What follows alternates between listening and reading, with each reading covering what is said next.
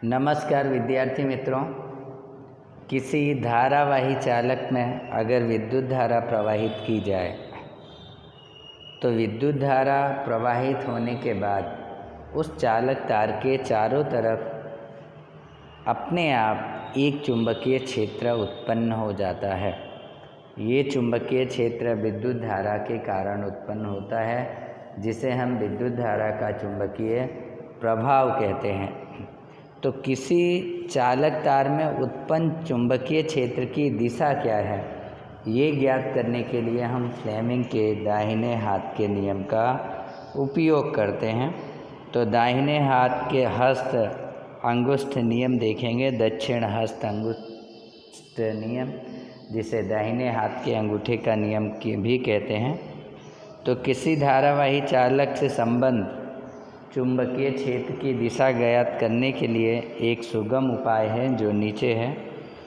कल्पना कीजिए कि आपने अपने दाहिने हाथ में विद्युत धारावाही चालक को इस तरह से पकड़ा है कि अंगूठा विद्युत धारा की ओर संकेत करता है और जो लिपटी हुई अंगुलियां हैं वो चुंबकीय क्षेत्र की दिशा दर्शाती हैं। यानी आप तार को इस तरह से पकड़ें कि अंगूठा चुंबकीय क्षेत्र की दिशा बताए और लिपटी हुई अंगुलियां चुंबकीय क्षेत्र की दिशा बताती हैं। तो आपको धारावाही चालक तार को सीधा पकड़ना है, अंगूठे को सीधा रखना है, तो अंगूठा विद्युत धारा की दिशा बताता है और लिपटी हुई अंगुलियां चुंबकीय क्षेत्र की दिशा बताती हैं। इसे ही फ्लेमिंग के दाहिने हाथ का नियम कहते हैं। चित्र में देख लेते हैं किस तरह से अंगूठे को पकड़ा गया है। चुंबकीय क्षेत्र अंगुलियों की दिशा में है, देखिए तीर गोले द्वारा दर्शाया गया है, और जो अंगूठा है वो विद्युत धारा की दिशा में है। तो एक बार फिर से समझ लेते हैं, जब किसी चालक तार में विद्युत धारा प्रवाहित की जाती है तो उस चालक तार के चारों ओर अपने आप एक चुंबकीय क्षेत्र उत्पन्न हो जाता है।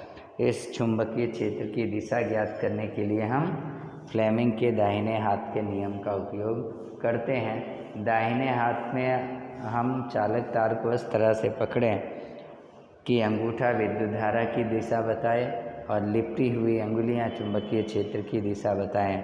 तो इस नियम को फ्लेमिंग के दाहिने हाथ का नियम कहा जाता है। इस नियम के अनुसार किसी चालक तार के किसी परिपथ में तार द्वारा उत्पन्न चुंबकीय क्षेत्र की दिशा आसानी से ज्ञात की जा सकती है। तो आज ज़रूर आप इसे समझ गया होंगे। कोई प्रश्न है तो कमेंट में पूछ सकते हैं। अगले लेसन में फिर मिलेंगे, तब तक के लिए धन्यवाद।